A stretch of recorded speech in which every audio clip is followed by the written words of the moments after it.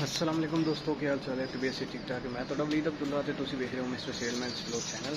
ਤੇ ਅੱਜ ਦਾ ਦਿਨ ਆਪਣਾ ਥੋੜਾ ਖਾਸ है ਤੇ ਵੀਡੀਓ ਐਂਡ करते हैं जी। तो अल्लाह वाले आप आ गए जी पहली दुकान ते। पहली दुकान वाला माशाल्लाह ऑर्डर अच्छा सी उन्होंने ले लिया अपने को। एल्फी वगैरह लेने तो बॉडी लेजर लेने और कलर वगैरह लेने, ठीक है। आप खलो के उन्होंने होर समान भी पुछ लिया, लेकिन उन्होंने क्या सानू सिर्फ यही चीज़ां चाहिए ने। आप नैक्सट दुकान पर आ गए जी। नैक्सट दुकान पर यह बाई खलोते से यह भी कारोबार का जो आइडिया है बहुत ही अच्छा कारोबार है, ठीक है। इन्हों का बंद वगैरह और बेकरी का समान यानी कि काफ़ी ज़्यादा आइटम होंगी जी, ठीक है। ये काफ़ी ज़्यादा विकती है। अगर तुम ये कारोबार करना चाहते हो तो ये भी तकरीबन 15,000 20,000 शुरू हो जाता है। बाइक तो उन्होंने पिछले जंगला टाइप बनाया है, ठीक है। हर चीज़ 10-20 रुपये बच जाते हैं, ठीक है। हुक्म करो की रेट करिए।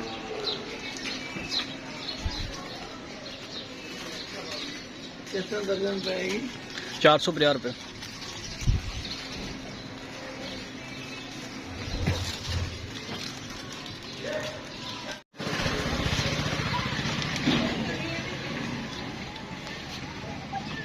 दस पीस 12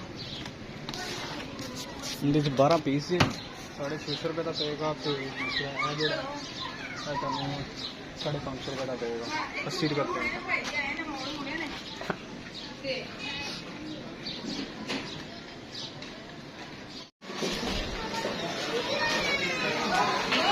आज ये दुकान पे आया था तो सामने कुकड़ा की लड़ाई हो रही थी। तो कुकड़ लड़ाई भी इन्हें चेक करो जरा।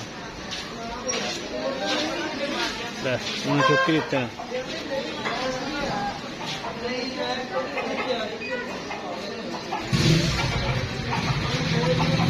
है जी अपना छोटा जहा ब्लॉग से, ठीक है। उम्मीद है तुम्हें पसंद आया होना है, लेकिन कोशिश कर रहे हैं कि आप ना थोड़ा जहा बड़ा ब्लॉग बनाने की कोशिश कर रहे हैं ताकि कैमरा हाथ च फड़ के तुम्हें रेट का भी पता लगे और चीज़ों का भी पता लगे। यह अपनी लास्ट दुकान से, लास्ट दुकान से आप समान समून दे के तो हुण चले हैं जी।